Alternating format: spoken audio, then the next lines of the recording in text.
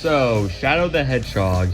After Sonic Heroes was released, we were informed that the next Sonic game was actually going to be a game about Shadow the Hedgehog, Sonic's rival in Sonic Adventure 2, and this was one of the ways they promoted the game.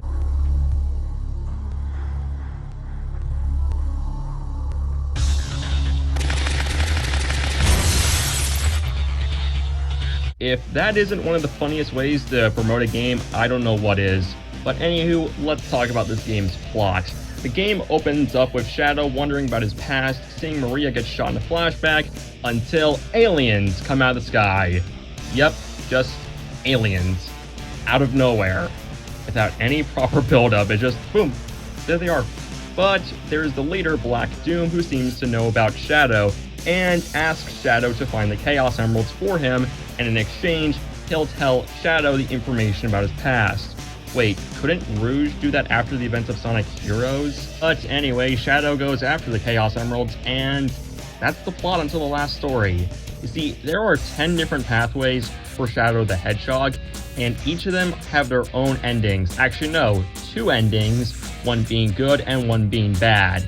Now, there are some things that happen in this story, like for example, the GUN commander is actually revealed to be someone on the Ark when it got raided, and blames Shadow for the death of Maria. Also, there's other things going on in the plot, like for example, Eggman wanting to take down Black Doom so that way he could destroy Black Doom before Black Doom destroys the city, so that way Eggman could build Robotnik Land on top of that. And also how, at one point in the game, they literally take a scene from Independence Day and destroy the president. Oh, don't worry, he's okay. Yeah, even though that was just a giant freaking laser beam of death and destruction, he's okay. No harm, no foul.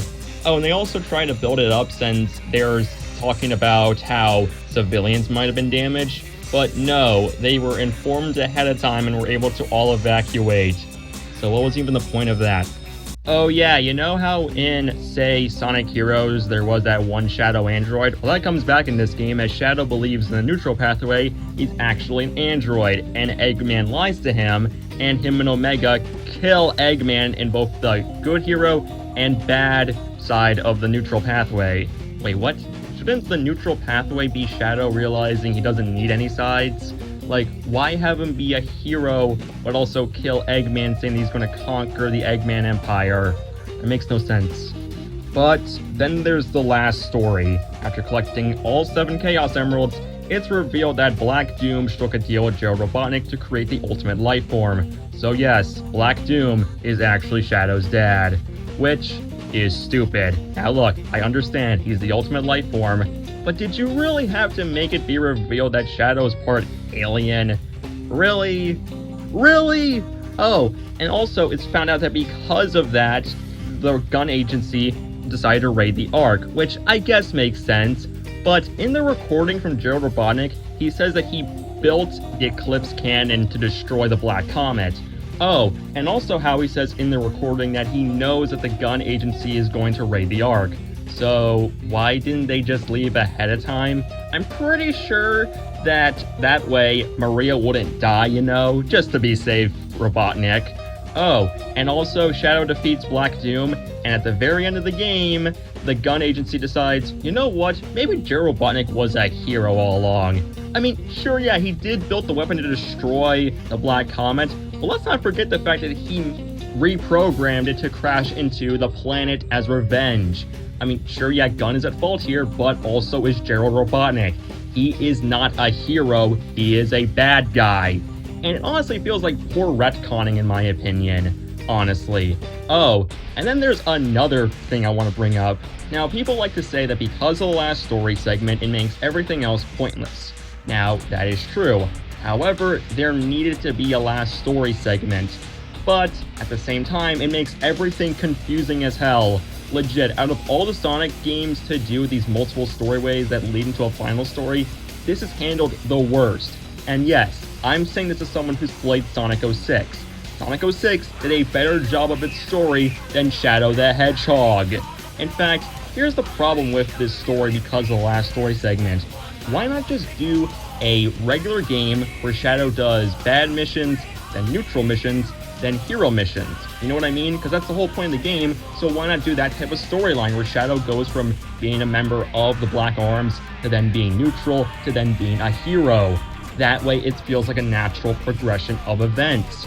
Oh, and also, let's not talk about how in this game, in the final boss, Devil Doom, after 8 minutes, Dr. Eggman calls Shadow and tells Shadow that he is actually the real Shadow from Sonic Adventure 2, and not a Shadow android. So, wait, in the neutral pathway, he only says that in the neutral pathway, and Omega is there, and at the end of the neutral pathway, they kill Dr. Eggman. So you see why this whole multiple pathways thing doesn't work when a later part in the game's storyline, which is canon to the Sonic universe, they kind of contradict that. You see the problem with this game's writing? Oh, and then there's another thing I want to bring up.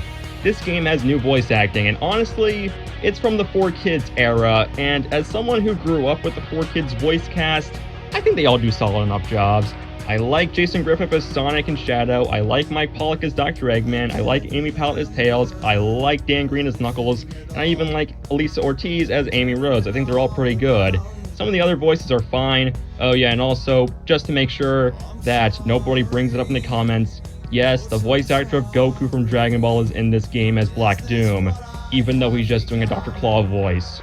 Anywho, with the voice acting, I do think it's fine for the most part. It's clearly when they're starting out in the games, but I do think their voices are just fine in this game. They do improve in later titles. So, yeah, that's what I can mostly say about Shadow the Hedgehog's story. This is a short video, I know, but don't worry. Next time we meet, we'll be talking about Sonic the Hedgehog 2006. I hope you guys are excited for that video, and see y'all next time. Bye.